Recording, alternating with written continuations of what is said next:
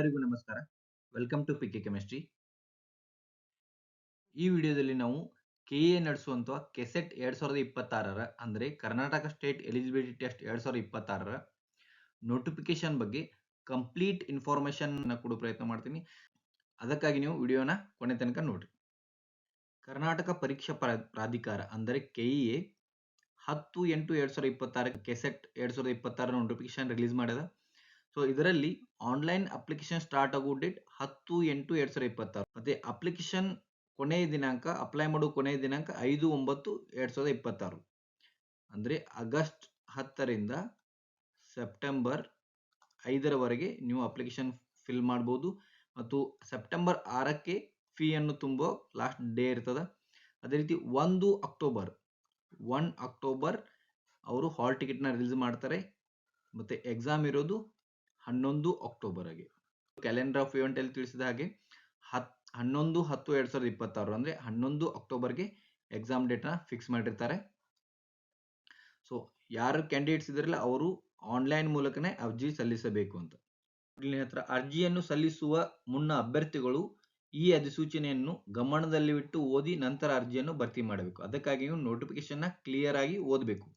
ಏನ್ ಕೊಟ್ಟಾರ, 37 ವಿಷಯಗಳಿಗೆ ಕೆಸೆಟ್ ಎಕ್ಸಾಮ್ ನಡೀತದ ಅಂತ ಹೇಳ್ತಾರ. ಯಾವುದೇ ಒಂದು ವಿಶ್ವವಿದ್ಯಾಲಯ ಅಥವಾ ಜಿಎಫ್ಜಿಸಿ ಪ್ರಥಮ ದರ್ಜೆ ಕಾಲೇಜುಗಳಿಗೆ ಅಥವಾ ಉನ್ನತ ಶಿಕ್ಷಣ ಸಂಸ್ಥೆ whether it is government or ಅನುದಾನಿತ ಅಥವಾ ಖಾಸಗಿಯಲ್ಲಿ ನೀವು ಅಸಿಸ್ಟೆಂಟ್ ಪ್ರೊಫೆಸರ್ ಆಗ್ಲಿಕ್ಕೆ ಏನು ಯುಜಿಸಿ ನಾರ್ಮ್ಸ್ ಇದೆ ಅಂದ್ರೆ ನೀವು PG ಮಾಡಿರ್ಬೇಕು ಪ್ಲಸ್ ಕೆಸೆಟ್ ನ ಕ್ಲಿಯರ್ ಮಾಡಿರ್ಬೇಕು. KSET or NET or PhD ಆಗಿರ್ಬೇಕು.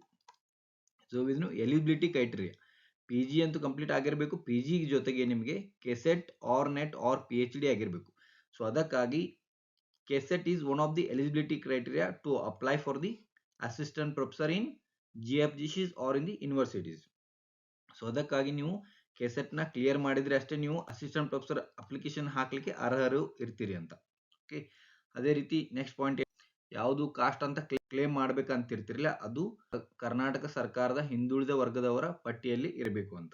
ಅರ್ಹತಾ ನಿಬಂಧನೆಗಳು ಏನದಾವ ಅಂದ್ರೆ ನೋಡಿ, ನೀವು ಕೆಸೆಟ್ ಅಪ್ಲೈ ಮಾಡ್ಬೇಕಂದ್ರೆ PG ಅಲ್ಲಿ ನೀವು 55% ಅಂಕಗಳನ್ನ ತಗೊಂಡಿರ್ಬೇಕು. If you are GM candidates 55% ಆಗಿರ್ಬೇಕು ನಿಮ್ದು. Or OBC or other category SC ST category 1 ಇದ್ರೆ, ಅದರ್ ಕ್ಯಾಟಗರೀಸ್ ಇದ್ರೆ ನೀವು 50% ಮಿನಿಮಮ್ ಮಾರ್ಕ್ಸ್ ಅನ್ನ ತೆಗೆದಿರಬೇಕು. ಅಂದಾಗಷ್ಟೇ ಏನಾಗ್ತದೆ, ನೀವು ಕೆಸೆಟ್ ನ ಅಪ್ಲೈ ಮಾಡ್ಲಿಕ್ಕೆ ಸಾಧ್ಯ ಆಗ್ತದೆ. ಅದಕ್ಕಿಂತ ಕಡಿಮೆ ಇದ್ರೆ ನೀವು ಕೆಸೆಟ್ ನ ಅಪ್ಲೈ ಮಾಡ್ಲಿಕ್ಕೆ ಬರೋದಿಲ್ಲ. ಓಕೆ, GM ಕ್ಯಾಂಡಿಡೇಟ್ಸ್ಗೆ 55%, ಅದರ್ ಕ್ಯಾಟಗರಿ ಕ್ಯಾಂಡಿಡೇಟ್ಸ್ಗೆ 50% ಆಗಿರ್ಬೇಕು. ಯಾರು ಅಂತಿಮ ವರ್ಷ ಅಥವಾ ದ್ವಿತೀಯ ವರ್ಷದ PG ಮಾಡ್ತಿರ್ತಾರಲ್ಲ ಅವರು ಸಹಿತ ಕೆಸೆಟ್ ಎಕ್ಸಾಮ್ ಅನ್ನ ಬರೀಬಹುದು. ಅವರು ಕೆಸೆಟ್ ಎಕ್ಸಾಮ್ ಕ್ಲಿಯರ್ ಆದ್ರೆ ಕೆಸೆಟ್ ರಿಸಲ್ಟ್ ಬಂದ ದಿನದಿಂದ 2 ವರ್ಷದ ಒಳಗಡೆ ತಮ್ಮ PG ಅನ್ನ ಮುಗಿಸಿ ಆ ಸರ್ಟಿಫಿಕೇಟ್ ನ ಸಬ್ಮಿಟ್ ಮಾಡಿ ತಮ್ಮ ಕೆಸೆಟ್ ಸರ್ಟಿಫಿಕೇಟ್ ನ ತಗೊಳ್ಬಹುದು ಅಂತ. ನೆಕ್ಸ್ಟ್, ಕೆಸೆಟ್ ನೋಟಿಫಿಕೇಶನ್ ಅಲ್ಲಿ ಮೆನ್ಷನ್ ಮಾಡಿದಂತಹ ಸಬ್ಜೆಕ್ಟ್ ನಲ್ಲಿಯೇ ನೀವು ಅಪ್ಲೈ ಮಾಡಬಹುದು. ಈ ಕೆಸೆಟ್ ನೋಟಿಫಿಕೇಶನ್ ಅಲ್ಲಿ ಮೆನ್ಷನ್ ಮಾಡದೇ ಇರುವಂತಹ ಸಬ್ಜೆಕ್ಟ್ ನಲ್ಲಿ ನೀವು ಅಪ್ಲಿಕೇಶನ್ ಹಾಕಿ ಎಕ್ಸಾಮ್ ಬರಲಿಕ್ಕೆ ಸಾಧ್ಯ ಇಲ್ಲ ಅಂತ ಹೇಳ್ತಾರ. ಮತ್ತೆ ಯಾರು 1991 ಸೆಪ್ಟೆಂಬರ್ 19 ಒಳಗಡೆ ತಮ್ಮ PG ಅನ್ನ ಮುಗಿಸಿ PhD ಮಾಡಿರ್ತಾರಲ್ಲ ಅವರಿಗೆ ಮಿನಿಮಮ್ ಮಾರ್ಕ್ಸ್ 55% ಇರೋದಿಲ್ಲ, ಅವರಿಗೆ 50% ಮಿನಿಮಮ್ ಮಾರ್ಕ್ಸ್ ಇರ್ತದೆ. GM ಕ್ಯಾಂಡಿಡೇಟ್ಸ್ ಹೊರತುಪಡಿಸಿ ಯಾರು ಮೀಸಲಾತಿಯನ್ನ ಕೋರ್ತಿರ್ತಾರಲ್ಲ ಅವರು ಆ ರೆಸ್ಪೆಕ್ಟಿವ್ ಕಾಸ್ಟ್ ಸರ್ಟಿಫಿಕೇಟ್ ಅನ್ನ ಸಬ್ಮಿಟ್ ಮಾಡಬೇಕು. ಅದ್ರ ಜೊತೆಗೆ RD ಸಂಖ್ಯೆಯನ್ನ ಸರಿಯಾಗಿ ನಮೂದಿಸಿರಬೇಕು.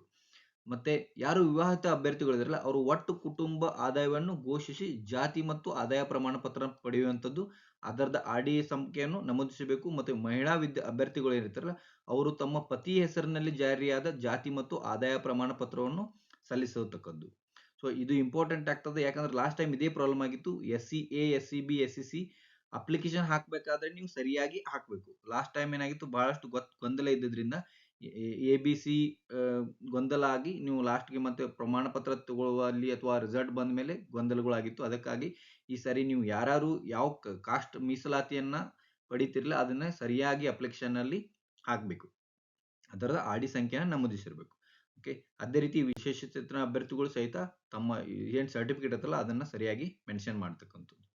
ತೃತೀಯ ಲಿಂಗ ಮೀಸಲಾತಿ ಕೋರುವವರು ಅದು ಸರ್ಟಿಫಿಕೇಟ್ ಇರ್ತದೆ ಅದನ್ನು ಸಲ್ಲಿಸಬೇಕು. ಮತ್ತು ಹೊರ ರಾಜ್ಯದ ಅಭ್ಯರ್ಥಿಗಳಿಗೆ ಮೀಸಲಾತಿ ಇರುವುದಿಲ್ಲ. ಓಕೆ, ನೆಕ್ಸ್ಟ್ ಪಾಯಿಂಟ್ ಏನಂದ್ರೆ ಅಭ್ಯರ್ಥಿಗಳು ಮುಖ್ಯವಾಗಿ ಗಮನಿಸಬೇಕಾದ ಅಂಶ ಅಂದ್ರೆ ಅಭ್ಯರ್ಥಿತನವು ತಾತ್ಕಾಲಿಕವಾಗಿ ಪರಿಗಣಿಸ್ತು. ಅಂದರೆ ನೀವೇನಾದ್ರೂ ಫಾಲ್ಸ್ ಇನ್ಫಾರ್ಮೇಶನ್ ಸಬ್ಮಿಟ್ ಮಾಡಿದ್ರೆ ಆಮೇಲೆ ಕೆಇಎದವರು ನಿಮ್ಮನ್ನ ಅಭ್ಯರ್ಥಿತನವನ್ನು ಅನರ್ಹ ಎಂದು ಘೋಷಿಸಬಹುದು ಅಂತ. ಓಕೆ, ಅದಕ್ಕಾಗಿ ಏನು ಇನ್ಫಾರ್ಮೇಶನ್ ಫಿಲ್ಅಪ್ ಮಾಡ್ತಿರಲ್ಲ ಅದು ಸರಿಯಾಗಿ ಕಾಸ್ಟ್ ಅಥವಾ ಇನ್ಕಮ್ ಏನೇ ಇನ್ಫಾರ್ಮೇಶನ್ ಇದು ಸರಿಯಾಗಿ ಫಿಲ್ಅಪ್ ಮಾಡಬೇಕು. ಮತ್ತೆ ಈಗಾಗಲೇ ಯಾರು ಕೆಸೆಟ್ ಎಕ್ಸಾಮ್ ಅನ್ನ ಒಂದು ವಿಷಯದಲ್ಲಿ ಪಾಸ್ ಆಗಿರ್ತಿರ್ಲಿ ಅವರು ಮತ್ತೆ ಅಪ್ಲೈ ಮಾಡಲಿಕ್ಕೆ ಅವಕಾಶ ಇರೋದಿಲ್ಲ.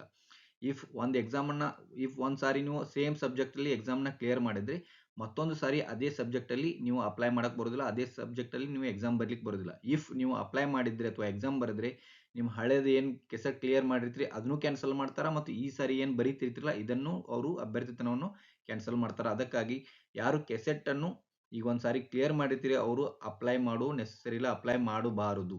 ಓಕೆ, ಅರ್ಜಿ ಸಲ್ಲಿಸುವಂತಿಲ್ಲ. ಭಾರತೀಯ ವಿಶ್ವವಿದ್ಯಾಲಯ ನೀಡುವ 2 ವರ್ಷದ ಸ್ನಾತಕೋತ್ತರ ಡಿಪ್ಲೊಮಾ ಅಥವಾ ಪ್ರಮಾಣ ಪತ್ರ ಅಸೋಸಿಯೇಷನ್ ಆಫ್ ಇಂಡಿಯನ್ ಯೂನಿವರ್ಸಿಟಿ ನವದೆಹಲಿಯಿಂದ ಪಡೆದಿರಬೇಕು. ವಯೋಮಿತಿ ಏನಂದ್ರೆ ಇದಕ್ಕೆ ಏಜ್ ಲಿಮಿಟೇಷನ್ ಇಲ್ಲ, ನೀವು ಗರಿಷ್ಠ ವಯೋಮಿತಿ ಇರೋದಿಲ್ಲ. ಯಾವುದೇ ಏಜ್ ಆಗಲಿ, ನೀವು PG ಆಗಿದ್ರೆ GM 55% ಆಗಿದ್ರೆ ಅಥವಾ OBC ಅವರು 50% ಆಗಿದ್ರೆ you can apply for KSET exam.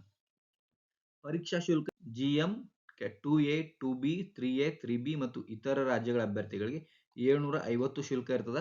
Category 1 SC SCA SCB SCC ಮತ್ತು ST PWD ಮತ್ತು ತೃತೀಯ ಲಿಂಗಿ ಅಭ್ಯರ್ಥಿಗಳಿಗೆ 500 ರೂಪಾಯಿಗಳು ಶುಲ್ಕ ಇರ್ತದ. ಶುಲ್ಕವನ್ನು ನೀವು ಆನ್ಲೈನ್ ಮೂಲಕವೇ ಪಾವತಿಸಬೇಕು, ಬೇರೆ ಯಾವುದೇ ಮೋಡ್ ಇಂದ ನೀವು ಪೇ ಮಾಡಲಿಕ್ಕೆ ಬರೋದಿಲ್ಲ.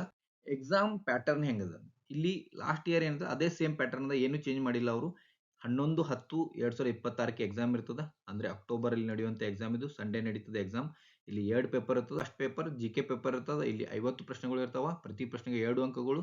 ಸೊ ಟೋಟಲ್ 100 ಅಂಕಗಳು ಆಗ್ತಾವ. ಎರಡನೇ ಪೇಪರ್ ಇರ್ತದೆ ನಿಮ್ ಸಬ್ಜೆಕ್ಟ್ ಪೇಪರ್ ಇರ್ತದ. ಸಬ್ಜೆಕ್ಟ್ ಪೇಪರ್ ಅಲ್ಲಿ 100 ಪ್ರಶ್ನೆಗಳು ಇರ್ತಾವ, ಪ್ರತಿ ಪ್ರಶ್ನೆಗೆ 2 ಅಂಕಗಳು. ಟೋಟಲ್ 200 ಮಾರ್ಕ್ಸ್ ಇರ್ತದ. ಪೇಪರ್ 1 ಮತ್ತೆ ಪೇಪರ್ 2 ಸೇರಿ ನಿಮ್ಗೆ 300 ಮಾರ್ಕ್ಸ್ ಗಳಿಗೆ ಈ ಕೆಸೆಟ್ ಎಕ್ಸಾಮ್ ಇರ್ತದೆ. ಇದಕ್ಕೆ ಅವರು ಒಂದೇ ಸಾರಿ ಎಕ್ಸಾಮ್ ಮಾಡ್ತಾರೆ. ಪೇಪರ್ 1 ಮತ್ತು ಪೇಪರ್ 2 3 ಗಂಟೆಗಳ ಅವಧಿ ಇರ್ತದೆ. ಟೋಟಲ್ ಬೆಳಿಗ್ಗೆ 10ರಿಂದ 1ರವರೆಗೆ ಎಕ್ಸಾಮ್ ನಡೀತದೆ. ಫಸ್ಟ್ ಅವರು ಪೇಪರ್ 1 ಕ್ವಶನ್ ಪೇಪರ್ ಕೊಡ್ತಾರೆ, ಅದ್ರ ಜೊತೆಗೆ ಪೇಪರ್ 2 1 ಅವರ್ ಆದ್ಮೇಲೆ ಪೇಪರ್ 2 ಕ್ವಶನ್ ಪೇಪರ್ ಕೊಡ್ತಾರೆ. ಸೊ ಟೋಟಲ್ 3 ಗಂಟೆಗಳಿಗೆ ಎಕ್ಸಾಮ್ ಇರ್ತದೆ. ಸಿಲೆಬಸ್ ಅನ್ನ ವೆಬ್ಸೈಟ್ ಅಲ್ಲಿ ಅದ, ಅಲ್ಲಿಂದ ನೀವು ಡೌನ್ಲೋಡ್ ಮಾಡ್ಕೋಬಹುದು. Selection procedure this is very important. ಇಲ್ಲಿ 2 ಸ್ಟೇಜಸ್ ಇರ್ತಾವ, ಸ್ಟೇಜ್ 1 ಮತ್ತೆ ಸ್ಟೇಜ್ 2. ಸ್ಟೇಜ್ 1 ಅಲ್ಲಿ ನೀವು ಕ್ವಾಲಿಫೈಯಿಂಗ್ ಅಂದ್ರೆ ಜನರಲ್ ದವರು ಮಿನಿಮಮ್ 40% ಮಾರ್ಕ್ಸ್ ತಗೋಬೇಕು. 40% ಅಂದ್ರೆ GM ಅವರು ಮಿನಿಮಮ್ 40% ಅಂದ್ರೆ 300ಗೆ 120 ಮಾರ್ಕ್ಸ್ ಅನ್ನ ಪಡಿಲೇಬೇಕು. ಅಂದಾಗ ಅಷ್ಟೇನಾಗ್ತದ ನೀವು ಸ್ಟೇಜ್ 1 ಕ್ಲಿಯರ್ ಮಾಡ್ತೀರಿ. ಮತ್ತು OBC ಕ್ಯಾಂಡಿಡೇಟ್ಸ್ 105% ಅಂದ್ರೆ 35% ಮಾರ್ಕ್ಸ್ ಅನ್ನ ನೀವು ಪಡಿಲೇಬೇಕು. ಅಂದ್ರೆ ಇದು 300ಕ್ಕೆ 105 ಮಾರ್ಕ್ಸ್ ಗಳನ್ನ ಪಡೆದ್ರೆ ಅಷ್ಟೇ ನೀವು ಅವರು ನಿಮ್ಮ ಮಾರ್ಕ್ಸ್ ಅನ್ನ ಕನ್ಸಿಡರ್ ಮಾಡ್ತಾರ. ಇದಕ್ಕಿಂತ GM ಕ್ಯಾಂಡಿಡೇಟ್ಸ್ 120ಗಿಂತ ಕಡಿಮೆ ಮಾರ್ಕ್ಸ್ ತಗೊಂಡ್ರೆ, OBC ಕ್ಯಾಂಡಿಡೇಟ್ಸ್ 105ಕ್ಕಿಂತ ಕಡಿಮೆ ಮಾರ್ಕ್ಸ್ ತಗೊಂಡ್ರೆ ಅವರು ನಿಮ್ಮ ಅಂಕಗಳನ್ನ ಪರಿಗಣನೆಗೆ ತಗೊಳ್ಳೋದಿಲ್ಲ, ಅವರು ನಿಮ್ಮನ್ನ ಸ್ಟ್ರೇಟ್ ಅವೇ ರಿಜೆಕ್ಟ್ ಮಾಡ್ತಾರಂತ. Okay, this is the first stage.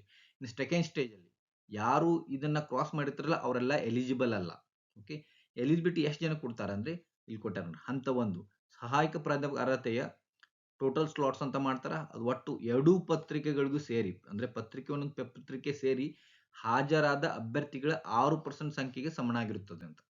ಅಂದ್ರೆ ಈಗ ಎಷ್ಟು ಜನ ಅಪ್ಲೈ ಮಾಡ್ತಾರಲ್ಲ, ಅಪ್ಲೈ ಮಾಡಿ ಎಷ್ಟು ಜನ ಎಕ್ಸಾಮ್ ಬರೀತಾರಲ್ಲ, ಪೇಪರ್ 1 ಮತ್ತು ಪೇಪರ್ 2 ಎಕ್ಸಾಮ್ ಬರೆದಂತಹ ಟೋಟಲ್ ಕ್ಯಾಂಡಿಡೇಟ್ಸ್ಗೆ 6% ಕ್ಯಾಂಡಿಡೇಟ್ಸ್ಗೆ ಅವರು ಎಲಿಜಿಬಿಲಿಟಿಯನ್ನ ಕೊಡ್ತಾರಂತ. ಓಕೆ, ಇಫ್ 1 ಲಕ್ಷ ಜನ ಎಕ್ಸಾಮ್ ಬರೆದಿದ್ರೆ 6,000 ಜನಕ್ಕೆ ಅವರು ಎಲಿಜಿಬಿಲಿಟಿಯನ್ನ ಕೊಡ್ತಾರಂತ. Okay, this is the 6% of 1 lakh. ಅದಕ್ಕೆ 6,000 ಜನ ಎಲಿಜಿಬಿಲಿಟಿ ಪಡ್ಕೋತಾರಂತ. ಇದನ್ನ ಹೆಂಗ್ ಸೆಲೆಕ್ಟ್ ಮಾಡ್ತಾರ ಅಂದ್ರೆ they will decide the total slots. Total slot ಅನ್ನು ಕ್ಯಾಲ್ಕುಲೇಟ್ ಮಾಡ್ತಾರ. ಆ ಟೋಟಲ್ ಸ್ಲಾಟ್ ಮೇಲೆ ಅವರು ಅಭ್ಯರ್ಥಿಗಳನ್ನ ಐಡೆಂಟಿಫೈ ಮಾಡ್ತಾರ. ಬಟ್ ಯಾರು ಟೋಟಲ್ ಸ್ಲಾಟ್ ಅಂದ್ರೆ ಯಾರು ಅಭ್ಯರ್ಥಿಗಳು ಎಲಿಜಿಬಲ್ ಆಗಬೇಕಲ್ಲ ಅವರು ಖಂಡಿತವಾಗಿ ಸ್ಟೇಜ್ 1 ಅನ್ನ ಕ್ಲಿಯರ್ ಮಾಡಿರಲೇಬೇಕು. ಓಕೆ, ಅದಕ್ಕಾಗಿ ಅವ್ರೇನ್ ಮಾಡ್ತಾರ ಅಂದ್ರೆ ಸಬ್ಜೆಕ್ಟ್ ಮತ್ತೆ ಕ್ಯಾಟಗರಿ ವೈಸ್ ಅನ್ನ ಕನ್ಸಿಡರ್ ಮಾಡ್ತಾರ. ಸ್ಲಾಟ್ಸ್ ಅಂದ್ರೆ ಎಷ್ಟು ಜನ ಪಾಸ್ ಆಗಬೇಕು ಒಂದು ಸಬ್ಜೆಕ್ಟ್ ಅಲ್ಲಿ ಮತ್ತು ಒಂದು ಕ್ಯಾಟಗರಿಯಲ್ಲಿ ಅಂತ, that is called as slots. ಅದನ್ನ ಹೆಂಗ್ ಡಿಸೈಡ್ ಮಾಡ್ತಾರೆ ಅಂದ್ರೆ ದೇ ಯೂಸ್ ದೀಸ್ ಫಾರ್ಮುಲಾಸ್. ಈ ಫಾರ್ಮುಲಾಸ್ ಯೂಸ್ ಮಾಡಿ ಅವರು ಸ್ಲಾಟ್ಸ್ ಅನ್ನ ಕ್ಯಾಲ್ಕುಲೇಟ್ ಮಾಡ್ತಾರೆ. ಅಂದ್ರೆ ನೋಡಿ, ಒಂದು ಸಬ್ಜೆಕ್ಟ್ ಅಲ್ಲಿ ಕನ್ಸಿಡರ್ ಯಾವುದೇ ಒಂದು ಸಬ್ಜೆಕ್ಟ್ ತಗೊಂಡ್ರೆ, ಹಿಸ್ಟ್ರಿ ಅಂತ ತಗೊಂಡ್ರೆ, ಹಿಸ್ಟ್ರಿಯಲ್ಲಿ GM ಕ್ಯಾಂಡಿಡೇಟ್ಸ್ ನೀವು ಎಷ್ಟು ಸ್ಲಾಟ್ಸ್ ಬರ್ತಾವಂತ, GM ಕ್ಯಾಂಡಿಡೇಟ್ಸ್ ಎಷ್ಟು ಜನಕ್ಕೆ ನೀವು ಎಲಿಜಿಬಿಲಿಟಿ ಕೊಡ್ತೀರಿ ಅಂತ ಹೆಂಗೆ ಕ್ಯಾಲ್ಕುಲೇಟ್ ಮಾಡ್ತಾರೆ ಅಂದ್ರೆ, ಆ ವಿಷಯದಲ್ಲಿ ಒಟ್ಟು 40% ಅಥವಾ ಹೆಚ್ಚು ಅಂಕಗಳನ್ನು ಗಳಿಸಿರುವ ಸಾಮಾನ್ಯ ಅಭ್ಯರ್ಥಿಗಳ ಸಂಖ್ಯೆ ಡಿವೈಡೆಡ್ ಬೈ ಎಲ್ಲಾ ವಿಷಯಗಳಲ್ಲೂ ಸೇರಿ ಒಟ್ಟು 40 ಅಥವಾ ಅದಕ್ಕಿಂತ ಹೆಚ್ಚು ಅಂಕಗಳನ್ನು ಗಳಿಸಿರುವ ಸಾಮಾನ್ಯ ಅಭ್ಯರ್ಥಿಗಳ ಸಂಖ್ಯೆ ಇಂಟು ಸಾಮಾನ್ಯ ವರ್ಗದಲ್ಲಿ ಎಲ್ಲಾ ವಿಷಯಗಳಿಗೂ ಸೇರಿ ಅರ್ಹತೆ ಪಡೆಯಬೇಕಾಗಿರುವ ಒಟ್ಟು ಅಭ್ಯರ್ಥಿಗಳ ಸಂಖ್ಯೆ. ಹಿಸ್ಟ್ರಿ ಸಬ್ಜೆಕ್ಟ್ ಅಲ್ಲಿ GM ಕ್ಯಾಂಡಿಡೇಟ್ಸ್ 40% ಗಿಂತ ಎಷ್ಟು ಜನ ಹೆಚ್ಚಿಗೆ ಅಂಕಗಳನ್ನು ತಗೊಂಡಿದ್ದಾರೆ ಡಿವೈಡೆಡ್ ಬೈ ಟೋಟಲ್ ಸಬ್ಜೆಕ್ಟ್ ಅಲ್ಲಿ ಎಲ್ಲಾ ವಿಷಯಗಳು ಸೇರಿ ಟೋಟಲ್ ಸಬ್ಜೆಕ್ಟ್ಸ್ ಅಲ್ಲಿ 40% ಗಿಂತ ಹೆಚ್ಚು ಅಂಕಗಳನ್ನು ತಗೊಂಡಿರುವಂತ ವಿದ್ಯಾರ್ಥಿಗಳು into total slots for GM candidates, ಅಂದ್ರೆ ಟೋಟಲ್ ಎಲ್ಲಾ ವಿಷಯಗಳು ಸೇರಿ ಎಷ್ಟು ಸ್ಲಾಟ್ಸ್ ಕೊಡಬೇಕಾಗಿತ್ತಂತ. ಸೊ ಇದನ್ನು ಕ್ಯಾಲ್ಕುಲೇಟ್ ಮಾಡಿದ್ರೆ ಏನಾಗ್ತದೆ, ನಿಮಗೆ ಹಿಸ್ಟ್ರಿಯಲ್ಲಿ ಎಷ್ಟು GM ಅಭ್ಯರ್ಥಿಗಳು ಎಲಿಜಿಬಿಲಿಟಿ ಪಡ್ಕೋಬೇಕು ಅಂತ ಸಿಗ್ತದ. ಇದರ ಮೇಲೆ ಅವ್ರು ಏನ್ ಮಾಡ್ತಾರ, ಯಾರು ಸ್ಟೇಜ್ 1 ಕ್ಲಿಯರ್ ಮಾಡಿರ್ತಾರಲ್ಲ, ಸ್ಟೇಜ್ 2 ಬಂದಿರ್ತಾರಲ್ಲ, ಅದರಲ್ಲಿ ಟಾಪ್ 8% ಬರ್ತದಲ್ಲ ಅವರಿಗೆ ಎಲಿಜಿಬಿಲಿಟಿಯನ್ನ ಕೊಡ್ತಾರಂತ. ಓಕೆ, ಅದೇ ರೀತಿ ಮೀಸಲಾತಿ ಕೋರಿದ ಅಭ್ಯರ್ಥಿಗಳು ಸಹಿತ ಇಲ್ಲಿಯೂ ಹಂಗೆ SC ದವ್ರಿಗೂ ಸೇಮ್ ಫಾರ್ಮುಲಾ ಯೂಸ್ ಮಾಡ್ತಾರೆ, ST ದವ್ರಿಗೂ ಸೇಮ್ ಫಾರ್ಮುಲಾ, ಕ್ಯಾಟಗರಿ 1ಗೆ ಸೇಮ್ ಫಾರ್ಮುಲಾ, ಇದೇ ಫಾರ್ಮುಲಾ ಯೂಸ್ ಮಾಡ್ತಾರೆ. ಆ ವಿಷಯದಲ್ಲಿ ಮೀಸಲಾತಿ ಕೋರಿರುವ ಆ ಅಭ್ಯರ್ಥಿಗಳು ಅಂದ್ರೆ ಕ್ಯಾಟಗರಿ 1 ಇದ್ರೆ ಕ್ಯಾಟಗರಿ ಪರ್ಟಿಕ್ಯುಲರ್ ಸಬ್ಜೆಕ್ಟ್ ಅದರಲ್ಲಿ 35 ಆ ವಿಷಯದಲ್ಲಿ ಒಟ್ಟು 35% ಗಿಂತ ಹೆಚ್ಚಿಗೆ ಗಳಿಸಿರುವಂತ ಕ್ಯಾಟಗರಿ 1 ಕ್ಯಾಂಡಿಡೇಟ್ಸ್ ಡಿವೈಡೆಡ್ ಬೈ ಎಲ್ಲಾ ವಿಷಯಗಳು ಸೇರಿ 35ಕ್ಕಿಂತ ಹೆಚ್ಚಿಗೆ ಪರ್ಸೆಂಟ್ ಮಾರ್ಕ್ಸ್ ಪಡೆದಿರುವಂತ ಕ್ಯಾಟಗರಿ 1 ಕ್ಯಾಂಡಿಡೇಟ್ಸ್ ಇಂಟು ಆ ಕ್ಯಾಟಗರಿ 1 ನಲ್ಲಿ ಎಲ್ಲಾ ವಿಷಯಗಳು ಸೇರಿ ಅರ್ಹತೆ ಪಡೆಯಬೇಕಾಗಿರುವ ಒಟ್ಟು ಅಭ್ಯರ್ಥಿಗಳ ಸಂಖ್ಯೆ. ಸೊ ಈ ರೀತಿ ಅವರು ಕ್ಯಾಲ್ಕುಲೇಟ್ ಮಾಡಿದ್ರೆ ಏನಾಗ್ತದೆ, ಆ ಕ್ಯಾಟಗರಿ 1 ನಲ್ಲಿ ಆ ಪರ್ಟಿಕ್ಯುಲರ್ ಸಬ್ಜೆಕ್ಟ್ ಅಲ್ಲಿ ಎಷ್ಟು ಸ್ಲಾಟ್ಸ್ ಬರ್ತಾವ ಅಂತ ಗೊತ್ತಾಗ್ತದೆ. ಅದಕ್ಕೆ ಆ ಸ್ಟೇಜ್ 1 ಕ್ಲಿಯರ್ ಮಾಡಿರುವಂತ ಕ್ಯಾಂಡಿಡೇಟ್ಸ್ ಅಲ್ಲಿ ಆ ಸ್ಲಾಟ್ಸ್ ನಂಬರ್ ಆಫ್ ಸ್ಲಾಟ್ಸ್ ಏನಿರುತ್ತಲ್ಲ ಅಷ್ಟು ಜನಕ್ಕೆ ಎಲಿಜಿಬಿಲಿಟಿಯನ್ನು ಕೊಡ್ತಾರೆ. ಇದು ಎಕ್ಸಾಕ್ಟ್ಲಿ 6% ಆಗೋದಿಲ್ಲ. ಓಕೆ, ಅದಕ್ಕಿಂತ ಹೆಚ್ಚಾಗ್ತದೆ. ಯಾಕಂದ್ರೆ ನೀವು ಯಾವಾಗ ಕ್ಯಾಟಗರಿ ವೈಸ್ ಡಿವೈಡ್ ಹಾಕೋತ ಹೋಗ್ತದಲ್ಲ, ಇದು ಪಾಯಿಂಟ್ ಒಳಗೆ ಬರ್ತದೆ. ಪಾಯಿಂಟ್ ಒಳಗೆ ಬಂದಾಗ ಏನ್ ಮಾಡ್ತಾರೋ, they may increase this 6%. So ಅದಕ್ಕಾಗಿ 6% ಎಕ್ಸಾಕ್ಟ್ 6% ಆಗೋದಿಲ್ಲ, 6% ಗಿಂತನೂ ಹೆಚ್ಚಿಗೆ ಆಗ್ತದೆ. ಅಪ್ ಟು 6.5 or 7% ತನ ಕ್ಯಾಂಡಿಡೇಟ್ಸ್ ಕ್ಲಿಯರ್ ಆಗ್ತಾರೆ, ಟೋಟಲ್ ಕ್ಯಾಂಡಿಡೇಟ್ಸ್. ಓಕೆ, ಆದ್ದರಿಂದ ಇದೇನಿರ್ತದಲ್ಲ, ನೀವು ದಿಸ್ ಇಸ್ ವೆರಿ ಇಂಪಾರ್ಟೆಂಟ್. ಅಂದ್ರೆ ಈ ಸೆಲೆಕ್ಷನ್ ಪ್ರೊಸೀಜರ್ ಅಲ್ಲ, ಇದು ಬಹಳ ಇಂಪಾರ್ಟೆಂಟ್ ಅದ. ಅದಕ್ಕಾಗಿ ನೀವು ಯಾವಾಗ ಅಪ್ಲಿಕೇಶನ್ ಹಾಕ್ತಿರ್ತಾರಲ್ಲ, ನೀವು ಸರಿಯಾಗಿ ಯಾವ ಕ್ಯಾಟಗರಿಯಲ್ಲಿ ನೀವು ಮೀಸಲಾತಿ ಕೋರ್ತಿರಲ್ಲ ಅದನ್ನು ಸರಿಯಾಗಿ ನಮೂದನೆ ಮಾಡಬೇಕು. ಮತ್ತೆ ಇದರಿಂದ ಏನ್ ಗೊತ್ತಾಗ್ತದೆ ಅಂದ್ರೆ, ಎಷ್ಟು ಜನ ಅಪ್ಲೈ ಮಾಡ್ತಾರಲ್ಲ ಅಷ್ಟು ಸ್ಲಾಟ್ಸ್ ಕ್ರಿಯೇಟ್ ಆಗ್ತಾವ. ಸೊ ಅದಕ್ಕೆ ಹೆಚ್ಚು ಜನ ಅಪ್ಲೈ ಮಾಡಬೇಕು, ಸೊ ಹೆಚ್ಚು ಸ್ಲಾಟ್ಸ್ ಕ್ರಿಯೇಟ್ ಆಗ್ತಾವಂತ. ಪಠ್ಯಕ್ರಮ ಮತ್ತು ಪ್ರಶ್ನೆ ಓಲ್ಡ್ ಕ್ವಶನ್ ಪೇಪರ್ನ ನೀವು KA ಹೋಗಿ ಡೌನ್ಲೋಡ್ ಮಾಡಿಕೊಳ್ಳಬಹುದು. ಅದೇ ರೀತಿ ಇವು 37 ವಿಷಯಗಳಿಗೆ ಕೆಸೆಟ್ ಎಕ್ಸಾಮ್ ಇರ್ತದೆ. ಮತ್ತೆ ವಿಷಯ ಕೋಡ್ ಮತ್ತು ಪ್ರಶ್ನೆ ಪತ್ರಿಕೆ ಆವೃತ್ತಿ ಎಲ್ಲವನ್ನು ಇಲ್ಲಿ ಅವ್ರು ಮೆನ್ಷನ್ ಮಾಡ್ಯಾರ, ನೀವು ನೋಡ್ಕೋಬಹುದು. ಮತ್ತೆ ಯಾವ ಸಬ್ಜೆಕ್ಟ್ ದವರು ಯಾವ ಸಬ್ಜೆಕ್ಟ್ ಅಂದ್ರೆ ನೀವು ಅಪ್ಲಿಕೇಶನ್ ಹಾಕಬೇಕು ಅಂತ ಇಲ್ಲಿ ಮೆನ್ಷನ್ ಮಾಡ್ಯಾರ. ಅಂದರೆ ಅರ್ಥಶಾಸ್ತ್ರ ಮತ್ತು ಕೋಆಪರೇಷನ್ ವಿಷಯದಲ್ಲಿ ಮತ್ತು ಇವುಗಳಿಗೆ ಸಂಬಂಧಿಸಿದ ವಿಷಯದಲ್ಲಿ 2 ವರ್ಷ ಅವಧಿಯ ಸ್ನಾತಕೋತ್ತರ ಪದವಿ ಅಭ್ಯರ್ಥಿಗಳು ಅರ್ಥಶಾಸ್ತ್ರದಲ್ಲಿ ಕೆಸೆಟ್ ಅನ್ನ ಎಕ್ಸಾಮ್ ಬರೀಬೇಕು ಅಂತ. ಅದೇ ರೀತಿ inorganic chemistry, organic chemistry, pharmaceutical chemistry, marine chemistry, ಈ ರೀತಿ ಇವರಿದ್ದರೆಲ್ಲ ಏನ್ ಮಾಡಬೇಕು, ರಾಸಾಯನಿಕ ವಿಜ್ಞಾನದಲ್ಲಿ ಪರೀಕ್ಷೆಯನ್ನ ಪಡ್ಕೊಳ್ಬೇಕು. ಅದೇ ರೀತಿ ಬೇರೆ ಬೇರೆನೂ ಕೊಟ್ಟಾರ, ನಿಮ್ಗೆ ಯಾವ್ದದಲ್ಲ ನಿಮ್ ಸಬ್ಜೆಕ್ಟ್ ಅನ್ನು ನೀವು ನೋಡ್ಕೊಳ್ಬಹುದು. ನೀವು ಯಾವ ವಿಷಯದಲ್ಲಿ PG ಮುಗಿಸಿರ್ತಿರಲ್ಲ ಅದೇ ವಿಷಯದಲ್ಲಿ ನೀವು ಕೆಸೆಟ್ ಎಕ್ಸಾಮ್ ಅನ್ನ ಬರೆಯತಕ್ಕದ್ದು.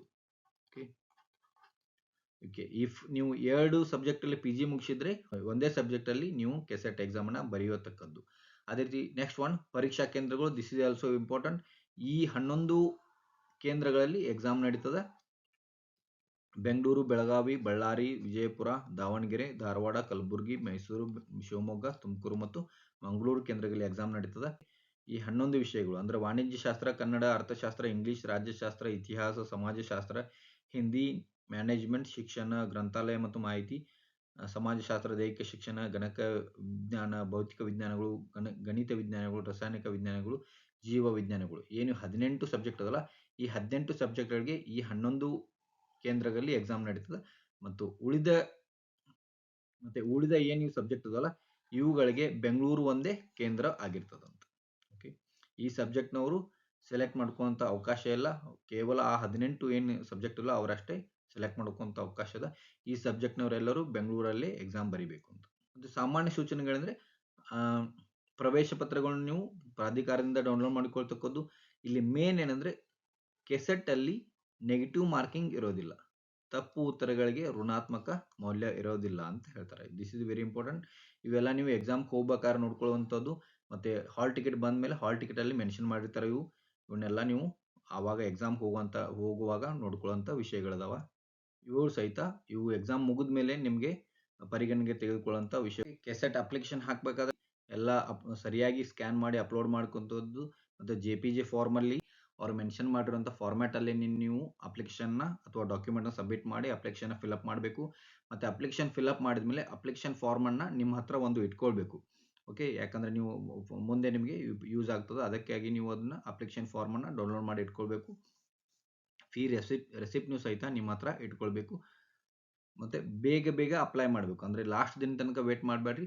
ಮತ್ತು ಇವಾಗ ಯಾರು ಅಪ್ಲಿಕೇಶನ್ ಹಾಕ್ತಿರ್ತಾರಲ್ಲ, ಸ್ವಲ್ಪ ಅಲ್ಲಿ ಅಪ್ಲಿಕೇಶನ್ ಫಾರ್ಮ್ ಫಿಲಪ್ ಮಾಡಬೇಕಾದ್ರೆ ನಿಮಗೆ ಸ್ವಲ್ಪ ಕನ್ಫ್ಯೂಷನ್ ಆಗ್ಬೋದು. ಅದಕ್ಕೆ ಒಂದು 4-5 ದಿನ ವೇಟ್ ಮಾಡಿನೂ ಸಹಿತ ನೀವು ನೋಡ್ಬೋದು. ಅಥವಾ ಏನಾದರೂ ಅಲ್ಲಿ ಅಪ್ಲಿಕೇಶನ್ ಫಾರ್ಮಲ್ಲಿ ಮಿಸ್ಟೇಕ್ಸ್ ಇತ್ತಂದರೆ KA ಸಾಲ್ವ್ ಮಾಡ್ತಾರೆ. ಆಮೇಲೆ ನೀವು ಅಪ್ಲಿಕೇಶನ್ನ ಹಾಕ್ಬೋದು. ಒಂದು ಇಂಪಾರ್ಟೆಂಟ್ ವಿಷಯ ಏನು ಹೇಳ್ಬೇಕಂದ್ರೆ, ಈ ಕೆಸೆಟ್ 2026 ಏನು ನೋಟಿಫಿಕೇಶನ್ ಅದಲ್ಲ, ಕೆಸೆಟ್ 2026 ಇದು 5-6 ವರ್ಷಗಳಿಗೆ ಬರುವಂಥ ಕೆಸೆಟ್ ಎಕ್ಸಾಮ್. ಇದು ಪ್ರತಿ ವರ್ಷ ಕೆಸೆಟ್ ಎಕ್ಸಾಮ್ ನಡೀತದೆ. But this KSET 2026 is very important. ಯಾಕಂದರೆ ನೀವು ಇದರಲ್ಲಿ ಕ್ಲಿಯರ್ ಮಾಡಿದ್ರೆ ಮುಂದೆ ಬರುವಂಥ ಅಸಿಸ್ಟೆಂಟ್ ಪ್ರೊಫೆಸರ್ ಇನ್ GFGC ಅಲ್ಲಿ ಅಪ್ಲೈ ಮಾಡಲಿಕ್ಕೆ ನೀವು ಅರ್ಹರಿರ್ತೀರಿ.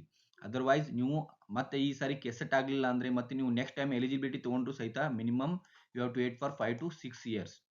ಅದಕ್ಕಾಗಿ ಈ ಕೆಸೆಟ್ 2026 ನಿಮಗೆ ಮುಂದೆ ಬರುವಂಥ ಅಸಿಸ್ಟೆಂಟ್ ಪ್ರೊಫೆಸರ್ ಎಕ್ಸಾಮ್ ಬರಲಿಕ್ಕೆ ನಿಮಗೆ ದಾರಿ ಮಾಡಿಕೊಡ್ತದೆ. ಅದಕ್ಕಾಗಿ ಈ ಕೆಸೆಟ್ 2026ನ ಬಹಳ ಸೀರಿಯಸ್ ಆಗಿ ತಗೊಳ್ರಿ. ಯಾರಿಗೆ ಎಲಿಜಿಬಿಲಿಟಿ ಇಲ್ಲಲ್ಲ ಅವರು ಎಲಿಜಿಬಲ್ ಆಗ್ತೀರಿ, ಮತ್ತು ಅಸಿಸ್ಟೆಂಟ್ ಪ್ರೊಫೆಸರ್ ಎಕ್ಸಾಮನ್ನು ಬರಲಿಕ್ಕೆ ಅರ್ಹರಿರ್ತೀರಿ. ನೀವು ಅಸಿಸ್ಟೆಂಟ್ ಪ್ರೊಫೆಸರ್ ಆಗುವಂಥ ಕನಸಿಗೆ ಇದೊಂದು ಹಾದಿ ಅದ. ಅದಕ್ಕಾಗಿ don't miss this opportunity. Start your serious preparation. Okay, all the best. Thank you.